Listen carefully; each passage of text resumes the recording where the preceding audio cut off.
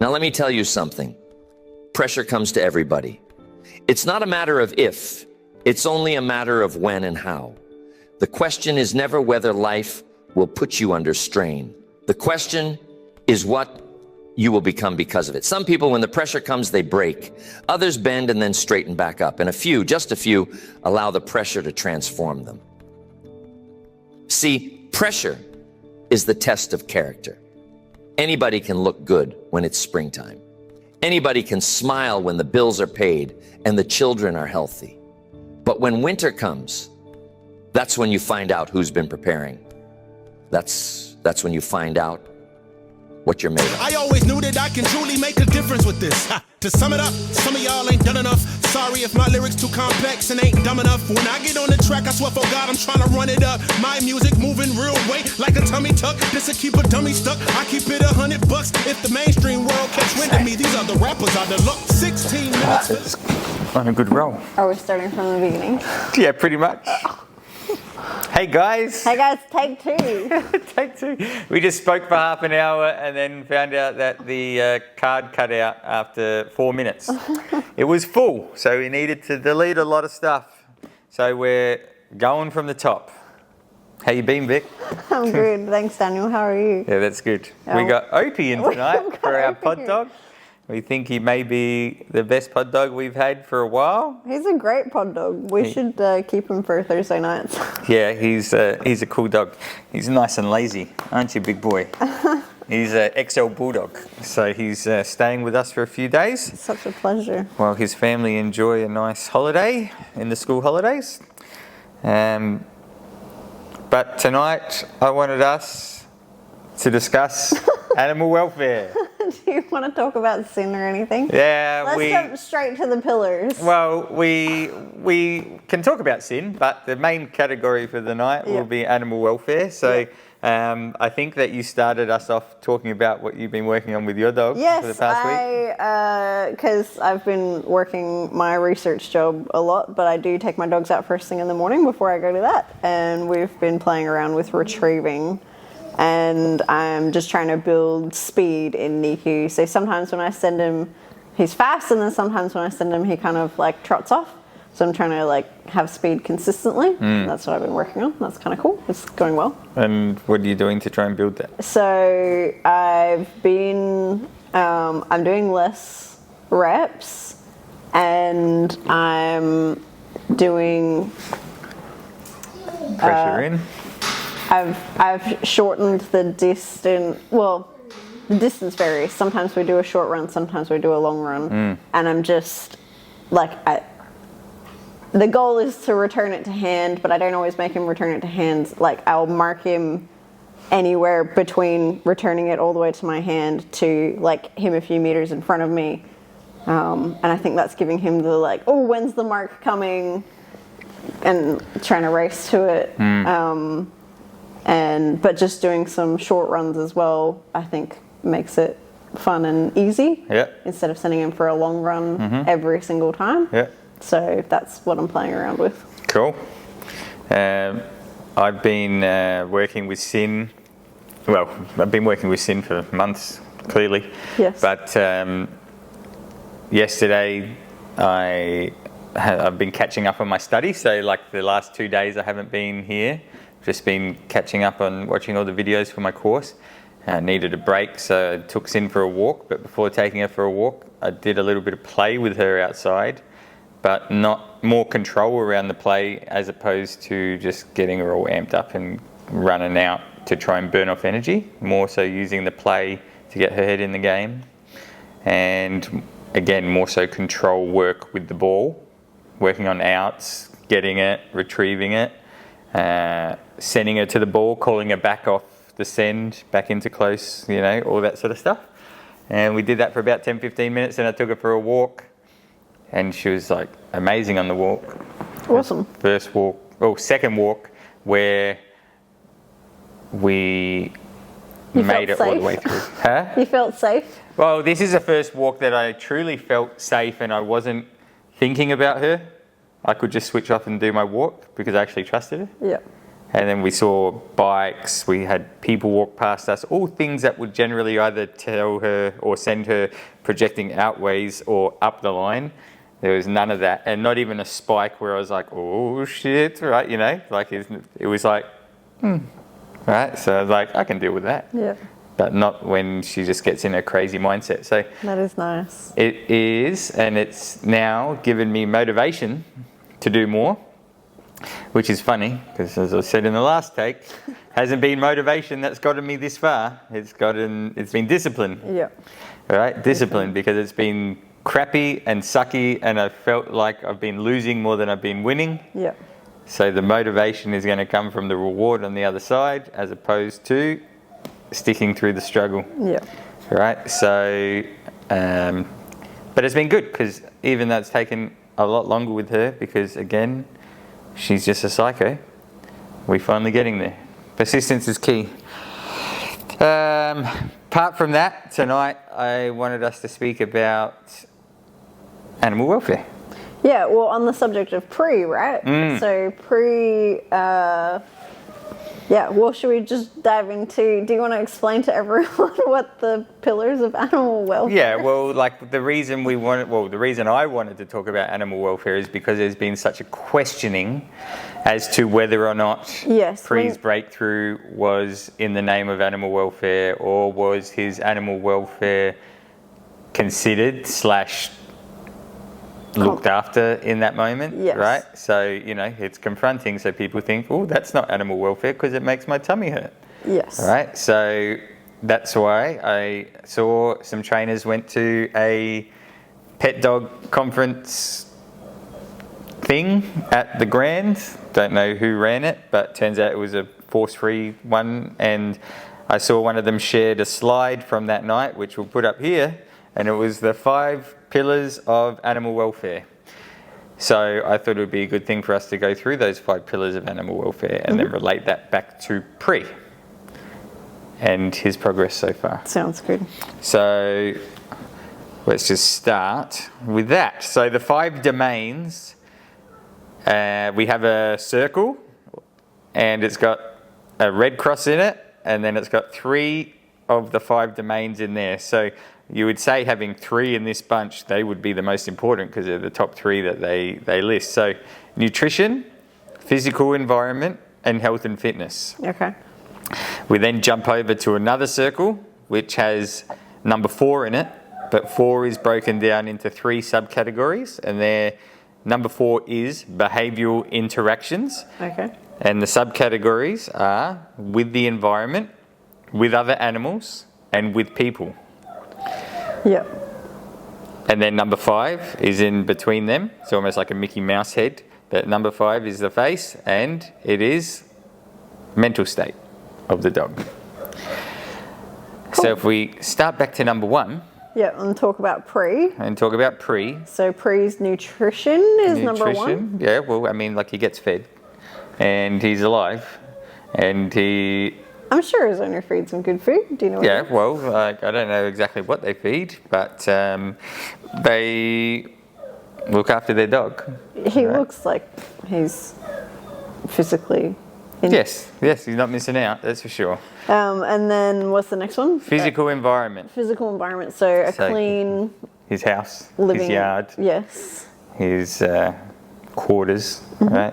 He lives in a nice suburb on a hillside. So, yeah, can't complain about that. It's not like he's living in the Bronx. Then we've got health and fitness. So, fitness, he goes on trail runs, he goes for walks, he does this stuff with the owner. So his fitness is good. His health is good. Well, we would assume his health is good. He hasn't shown anything that requires urgent attention, but he also hasn't had a physical vet check in years. Yeah. Right? So it's all been visual. So you could improve that by him being able to be physically checked. Yeah, well, that would be the first pillar that we've actually improved his welfare. We are not finished with any of the training that we've done with him yet, but we are well on the way in that category to getting him his first physical vet checkup in years. Everything's been visual. The vaccinations that he's got has been him muzzled, him being held by the head, and then getting a jab in the ass. Now, I would debate that that's not even basic health, right? So the video that I took, which was the day of the pre-breakthrough video where he couldn't get the 3-cornered jacks out, or we couldn't get it, or I couldn't get it out of his feet, that he couldn't receive basic care on that day for his health, right? Because he would have bitten. And the fact that now he can be touched by me all over his body is an improvement in that, because now he would be able to get some basic health by me. Yes. And now today he has had another handler, Freya, and he's accepting her touch, just pats and that. She hasn't gone to vet check stuff yet, but we'll get there. It's only first day. But she was able to touch him and pat him and stuff like that. So it's not going to be too long off before she starts doing checks on him. And then that's going to start to generalize, right? The more people that we get him. So that's hugely improved if we can get the dog to having proper vet checks. We have number 4, which is the behavioural interactions. This is obviously going to be the biggest one, right? Because behavioural interactions with the environment. The owners didn't feel safe taking him out. Although they did take him out, they didn't feel safe taking him out because of his unpredictable behaviour and the stance of his behaviour, his negative reactions to people, places, things. Yeah, well, the wind. environment, you were saying like wind, noises. You said like the flag blowing at the cafe. He couldn't stand that. And then, people and other animals in there. So him being, like, previously being super reactive to people and dogs. So it has greatly diminished. Yes, because again, it comes back to his understanding of pressure. Like all those things in the environment are just different pressures that be put on the dog, and the dog's way of thinking was to jump into a state of flight over that pressure, right, and shut down to it. And then that's been reinforced for years and years, because when you got a dog acting like that, it's like, oh, fuck, what are we doing? Like, so it's always yielded to his character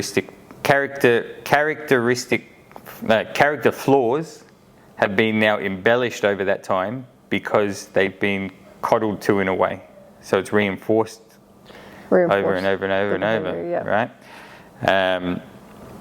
So then we've got his behavioural interactions with other animals. Well, not only have we had a win the day that his owner came to pick him up, and he was 3 kennels away from another dog, and he was just laying on his bed, and she's like, holy shit, like I would never imagine that.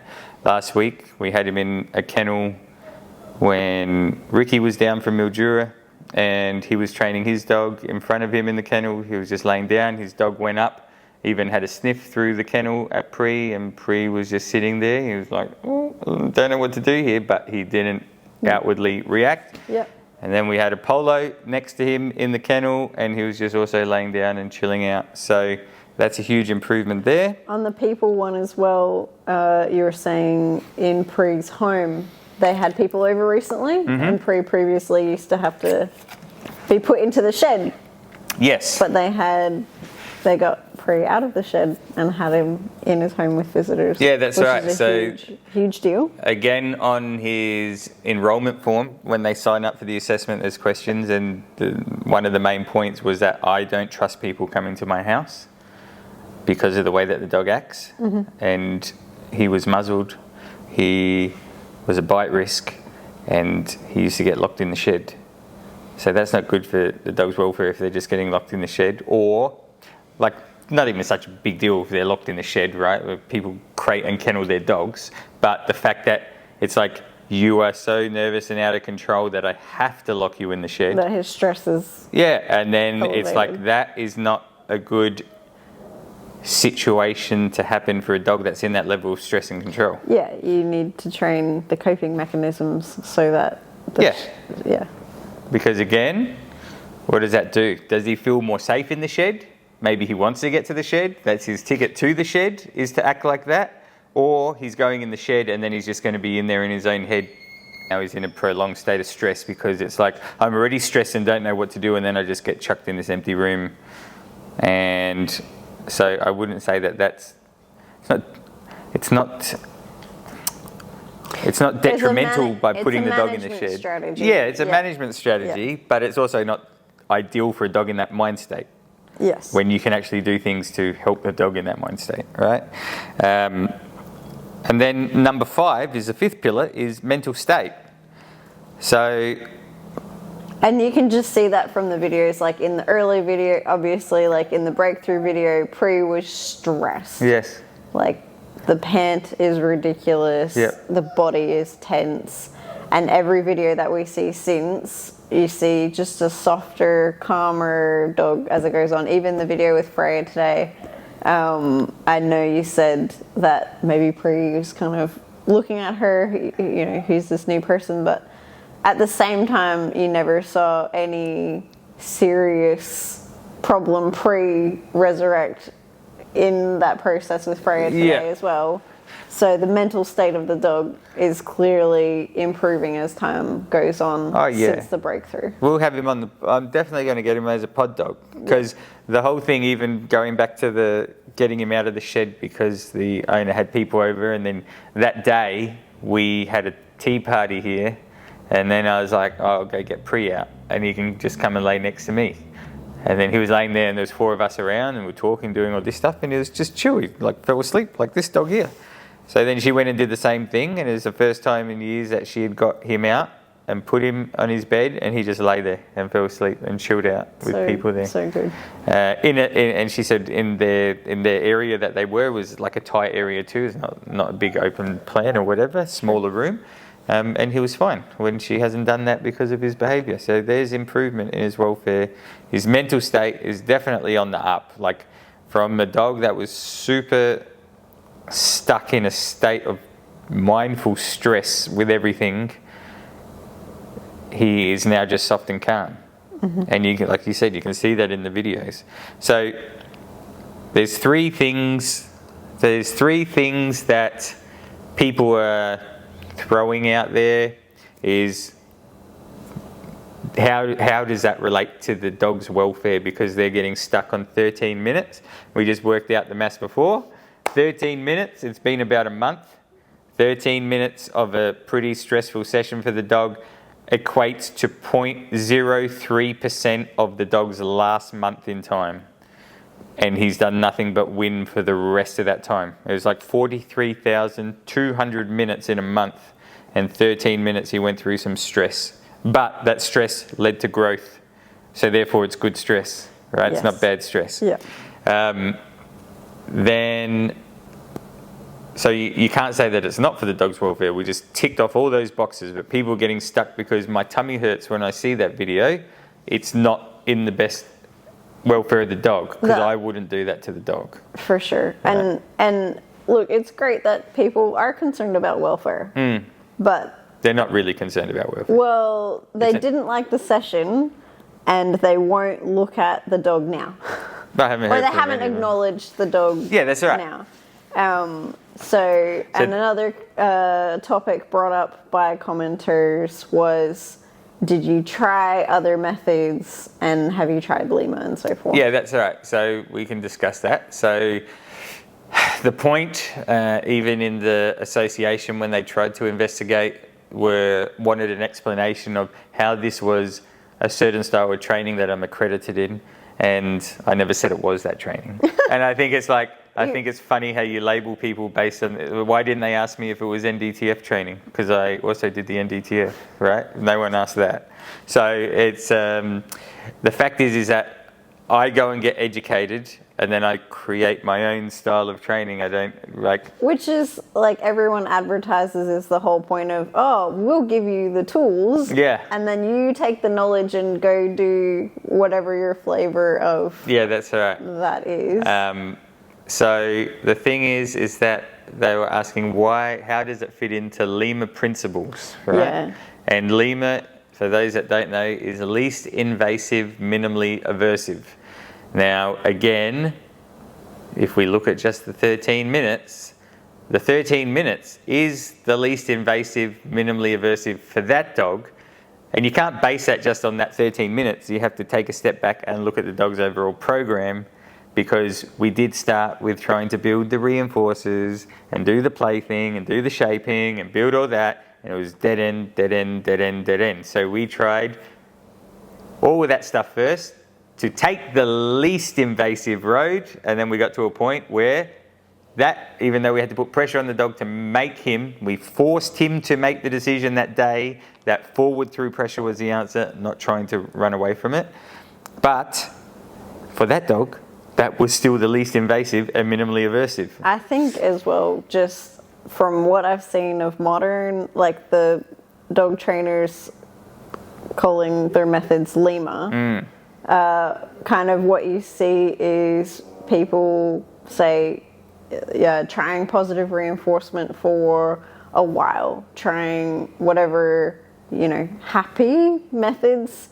And then when at some point when everything's not working, then they're like, okay, like now when I'm unprepared and the dog's unprepared, let's just whack an aversive on this situation and try that.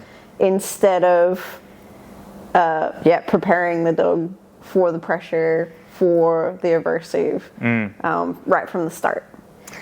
Yeah, and I guess that will lead, because next week we'll probably do an episode on like what is modern day balance training, because there's a few different lines where people believe that every rep must have either pressure into reward, or every rep dog must do something and then get a reward. But then there's also people that subscribe to the fact that I'm a balance trainer because I use reward and punishment. Whereas I would say that most of the people kicking and screaming over the past few weeks are like, there's force-free positive only, then there's the center line, and then they're just on that center line, right? So they're the light moderates. And I think a lot of balance trainers are positive only trainers that maybe have a prong collar on their dog, for example. Yeah, but they don't use it. They just use it to stop the dog from pulling. Yes. But they don't actually use it in an effective way. That's what I mean. Like they might have a tool on their dog, but they're doing everything by positive, force-free. Yes, that's right. Yes. Yep. So, or you go back to LIMA. But again, it's got to be least invasive, minimally aversive to get the result. Here we are as well discussing, this method maybe looks like this, and this method is with a tool, and this method is blah, blah, blah. And where are the dogs in all of this? And we should be looking at the dog and the result at the end of the day. And that's why as well maybe you're targeted on social media, because there's not that many people showing here's what we tried, here's the dog afterwards, and the dog improving. Like, you just don't see a lot of people putting that full picture content out. And even people who have kicked up a fuss about what you've done, like you and I know from other conversations that behind closed doors, people are doing similar things. Oh yeah. They're just, or worse things, and they're just not showing it online. Right. And that's the difference between jumping on Dog Club social media, is what you see is what happens in here. Yeah, that's all right. And the one pre-video is like the one time that's ever it's like that's the worst thing that's ever happened. And that's what the funny thing is, ever happened. So to cover the point of like, yeah, sure, people behind closed doors, right? They're all behind closed doors using pressure and tools. One of the biggest, I don't know, witch hunters that was trying to fucking cancel me, like, has sent me videos of itself, not even going to gender the person, cranking my dog on a prong collar because it wouldn't out. Yeah. Right? So it's like, how's that in the best interest of the dog? Or is it in your best interest because the dog wouldn't out the ball for you? Right? So that's that thing. Then for the about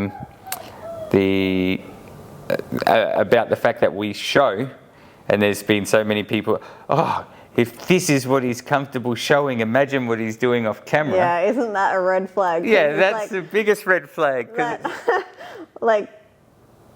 That is you're showing what happens here. But yeah, if they're saying that, it's like, so what are you not showing? Yeah, on you your live on the socials? ideology, I can only show things that are palatable. Yeah. And it's like, no, literally, we've shown the worst of it and how it has led to growth for this dog. And that essentially makes it bulletproof argument. That is something I think the owners here really, like if something happens with their dog while they're in your care, you let them know everything. You're like, oh, this made your dog super uncomfortable today, and here's how it, like, you just come out and just say that. Like, yeah, we got nothing to hide. Yeah. Because they trust us, and they're here because we get results. Yes. And again, that doesn't mean that every dog goes through what Pre went through, which is, again, what it's being painted out to be. Oh, look how this guy trains. It's like, no, you guys look how this guy trains. You missed the point. But again, so that's LIMA. That's people saying that, oh, imagine what he's not showing. It's like, well, we've kind of showed you the worst. And then also the other ideology or phrase that gets thrown out is, oh, positive first. Always got to go positive first. And it's like, that's not true, right? Because positive first is, again, trying to bribe somewhat of authority or relationship with the dog. And we did go down that route anyway, from trying to do positive only shaping, even pressure into behavior shaping, like everything was a dead end, right? So we went down that path first. However, if we look at the positive first quote, phrase, ideology, method, approach, that's just not feasible. Maybe for those light moderates that only deal with the light moderate dogs.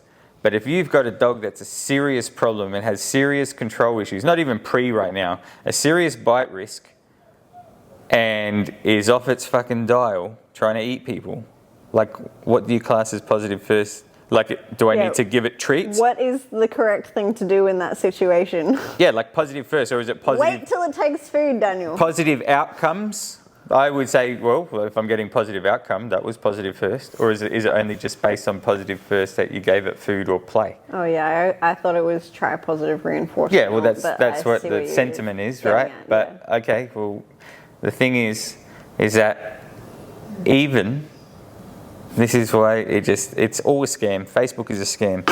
Even the charter of the association in which I just resigned says that they are outcomes-based, focused. And if you look at Pre's outcome, it's no one's looking positive. at the outcomes. So that's all the investigation that should be needed, is to see the outcomes. Because then you can see that the welfare's improved. And then there's no question of welfare. But public pressure is all this is about. And House of Cards type, trying to keep some sort of a public appeal. Because what it seems is that most people are scared of the cancel culture, and instead of saying, well, no, dickheads, we already know that you guys think the worst of us. So why do I care what you think? Yes. What we should be looking at is what were the outcomes on the training. We should be looking at the dogs. Yeah, right. Yeah. And it's outcomes-based training, and look at Pre's outcomes. So actually, sorry, you idiots out there. And I'm sure I've said it before, what matters is Pre is doing so much better and Pre's owner is so happy. That's something else that these people aren't even acknowledging, is the owner's welfare in the scenario. Like, people who live with reactive dogs, like, there's, they go through lots of emotional things. Some of them resent their dogs because of how they have to live with their dogs.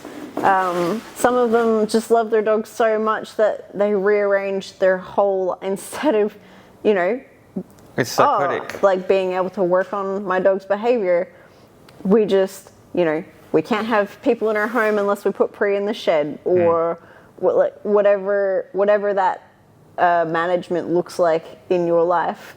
Even like using Amika as an example, like Charlotte always talks about, she was going to rehome that dog. She loved that dog so much, like it broke her heart to like want to get rid of her, but she was just like, I can't live like this with this dog. And now Amika's like the social butterfly that greets She's like the meet and greet. Yeah, so like the whole thing is like, even with the person last night commented on the video, or it was the photo of Pre at the tea party, and then the screenshot of the text from his owner saying she had him out, and I had the thing like, Pre's fine, thanks for not asking. Yes. And then the comment was,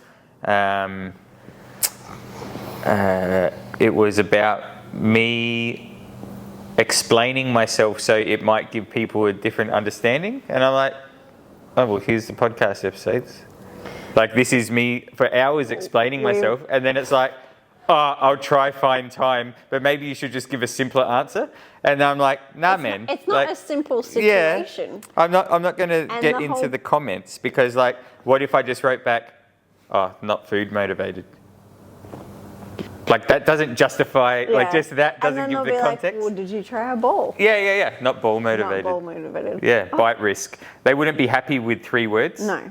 Like, so it's like the information is there for everyone to digest. Why we're still having this discussion. Yeah, and it's like, but you guys are just stuck. You don't want to know. You just want to be able to crucify someone, and that's fine.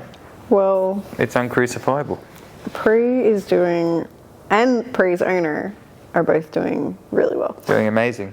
So I think that's it. Animal welfare ticked off. Welfare. We've covered the 5 domains tonight. OP. The LIMA argument definitely ticked off. I'm happy with that.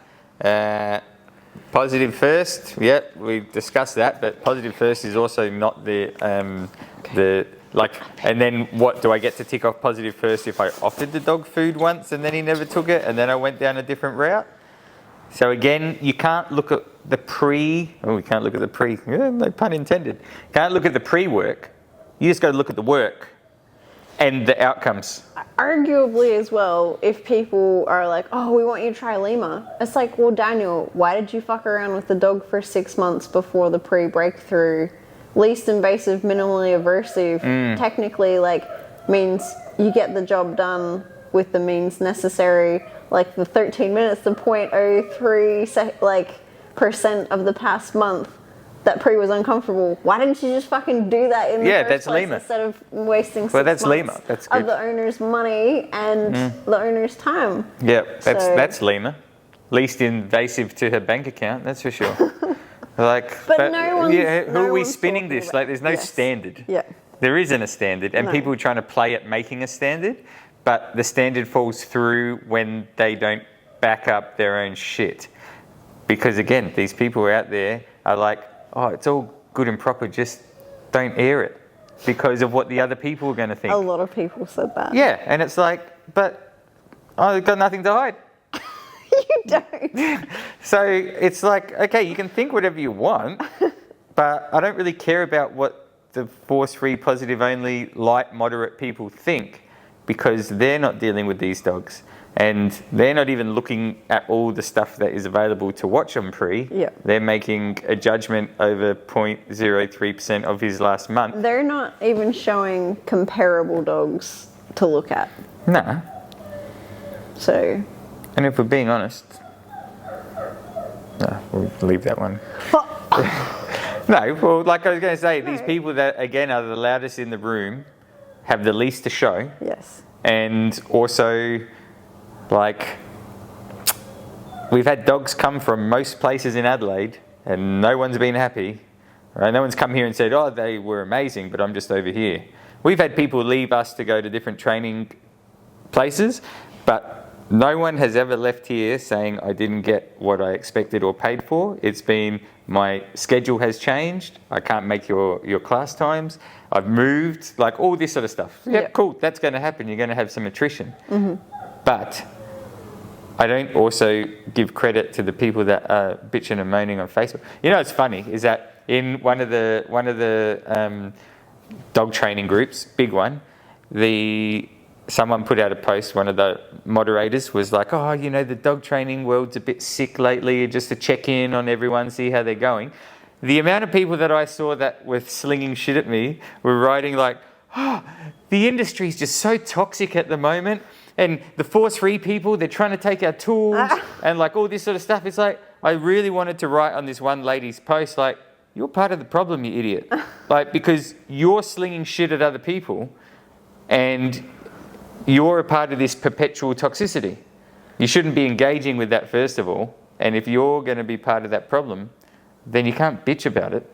And if you're sitting there saying that the force-free people are going to take your tools, but you're not willing to show any work with the tools, what does that say about your use of them? Imagine You just justify everything by your ignorance. Yeah. Imagine this world without Facebook. It's the best thing that's happened to me, because I've literally detached from any meaning. Even last night when that guy messaged or commented, then Caitlin was like, I actually just went and she actually went and looked. She's like, I see the stuff, maybe you should just stop posting about prayer. I was like, fuck that. I'm going to post more than ever now. That's the ticket out of this thing. That's the whole point, is to show the dog. Yeah, but she again is scared. Oh, but what are they going to say? You're just going to keep egging them on? And it's like their arguments are... Since after the first video, you said that comment last night. Oh, have you tried, other stuff? I was like, I haven't seen anyone. And even that comment discussing the training methods again is not acknowledging the dog and how well the dog is doing. Yeah. Why is that not a part of the discussion? That is I've been following this journey, and why weren't less aversive methods taken? And it's like, well, just episode 13, 14, 15, and they're going to do 16 again. We're talking about it. You can go listen to all that. Why would I have to give an answer in a comment? Why do I have to pass it off? I don't need to dumb it down for people. I have too much respect for the dog and the process to just pass off a flying comment, which is, again, someone else going to use against me. Yep. If you really want to know, go watch all his training videos and go watch all the podcasts that we talk about it. Yeah. There it is. And the only thing that I've done wrong is that I'm not a content creator. So we don't have pre-breakthrough videos, because that was never on the cards to show this. It was when I did that breakthrough session and Carl started filming, I'm like, well, if that's on camera now, I ain't going to hide it. Yeah. But what I certainly have to do is I need to show that leads to fucking growth. Yes. Right? Because if that was ever to get out without the follow-up, then it's like, okay, well, now it's questionable. But again, we've got the vets that can't lie about the state of the dog. We've got the owners that understand the state of the dog. Everyone that's seen him here since he started in February know the state of the dog. Yeah. And now we're showing nothing but improvement. So if it really came down to me having to justify it to anyone that actually has authority... The evidence is there. Yeah, I'm well and truly comfortable that I can do that. So I don't feel that I'm obligated to the Facebook brigade. I love talking about Pre and his progress and stuff, and I'm starting to get over just discussing the methodology, because we don't need to discuss it because we can show. Yeah, that's it. And then again, you look at all the videos pretty much from session day 4. Right, so each of the videos are categorized by days since the breakthrough, not days of training, right? So breakthrough video, then session, that's class is day 1, and then day 2 is the next one. Day 4, so day 4.1, I think, is a session where I had him tied to my belt. So where's all the pressure gone? The pressure's gone because he understands how to work through pressure, and there's communication and there's understanding of what he needs to do. Yep. So he's getting to a point where less and less pressure is pushing him to do things. He's starting to make good choices on his own to get to the positive reinforcement on the other side. Yeah. Whereas before, that was never a value that he wanted, and never a decision that he could make, because this isn't fucking behavioural. This is a deep-seated mental block in the dog. It's so exciting. It would just be incredible if we can get this dog, to the social sessions at the arena. That would be super cool. 100%. I don't see why we couldn't. And everything's tracking to where I hope that we could get there. Well, we're going to make it happen. Yeah. Because I like telling people to go fuck themselves. Oh, the arena stuff is just going. You need to just come down for a Sunday. I need to come down. The dogs just have a blast, and we're just like, okay, and they just play, and then they chew, and they cruise around, and they say hi to each other, and they say hi to the different owners, and it's a really good time. How good was that video I showed you today? of that guy with his dogs? Yes. Oh, yeah. So good. And How many people in Adelaide fucking kicking and screaming that can do that shit? No. They might be able to have a group of dogs out fucking here, there and everywhere without control, right? Relaxed control, right? Yeah. But that shit, Yeah. that's 8 off-leash dogs just like, yep, sweet, man. Just cruising, just chilling. Yeah. No, That's next level shit. So that's what I want you to do with your dogs. yeah. That's what we're gonna do. Yeah. We're gonna do. We're gonna do it. We'll get there. I'll walk through Rundle Mall with all my off-leash fucking psycho dogs. It's such a shame. I don't know, because we discussed the first thing. I'm like, hopefully we haven't glossed over. Nah, I think we've covered it all pretty well. Like the points that we needed to cover was welfare. Yes, welfare. Welfare's well and truly been looked after. Thanks very much for considering it. Yeah. But I'm a professional, and I considered that well and truly before anyone else thought to consider it. So again, that's another funny thing that's happened, because people's tummy hurts, and it's like, oh, I don't know if I'd do that to the dog. It's like, this guy must be totally not knowing what he's doing and not actually respecting the fact that I'm well educated, I'm well coached. I've had a successful business now that's been growing for 5 years. We've got nothing but 5-star reviews, except for the car park, right? The car park incident, which doesn't have to do with dogs. So, you know, no one takes any of that into consideration, because, and again, people say, oh, but, you know, you didn't give it the right context. It's not my responsibility to do that. I can put out whatever I want. And people can interpret it. Yeah, that's right. As well. But you show, again, that you're an idiot, because you're not looking deeper into it. You know what I mean? Right? It's all there. Yeah. You just choose not to go past that 30-second video to get to the hours of content that will well and truly answer your questions. But you want to stay here, because if you go past that and see the truth, then it shows that you're an idiot. The only other thing that I could say on the topic is, like, yes, you would acknowledge in the pre-breakthrough video how stressed pre is. Yep. And that's what I was saying to you before the recording about, like, you have to, in order to take the stress away from a situation, how do you do that? That is giving the dog predictability and control of the situation. Mm-hmm. So the dogs in dog club, maybe they're a bit stressed or worried when they first come in here, but they say, oh, every time we come in here, this is what happens. These are the rules. And they know what to expect. And then from then, you see confident dogs. Yes.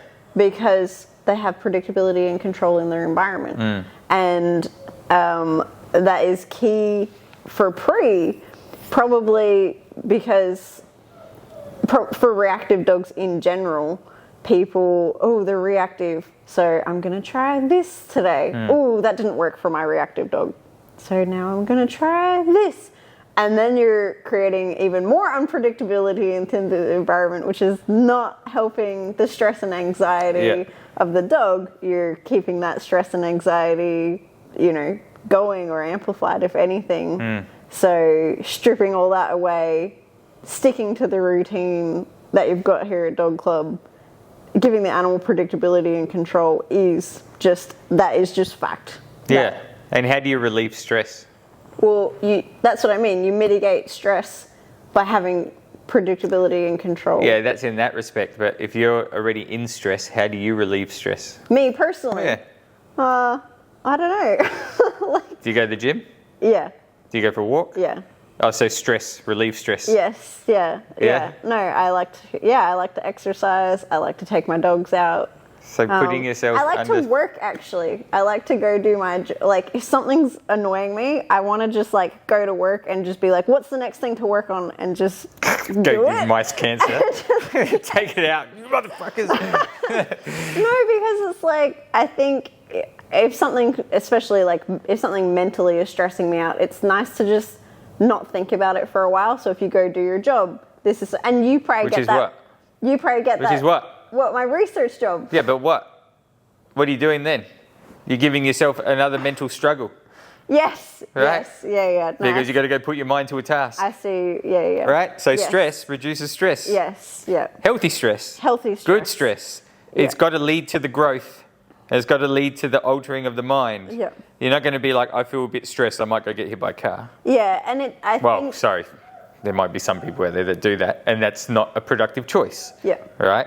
But to go and put yourself under physical or mental stress in order to feel good about yourself Yes. Yeah. and accomplished and stronger and confident. It helps. Yeah. So what are we all talking about? What are we talking about? Well, good chat, Daniel. That was good. Do you want to draw a card tonight? Yeah, we didn't do it last week. I forgot. That's okay. I think it's your turn though. Was it? Yeah. So you can do the shuffle, because I don't like shuffling.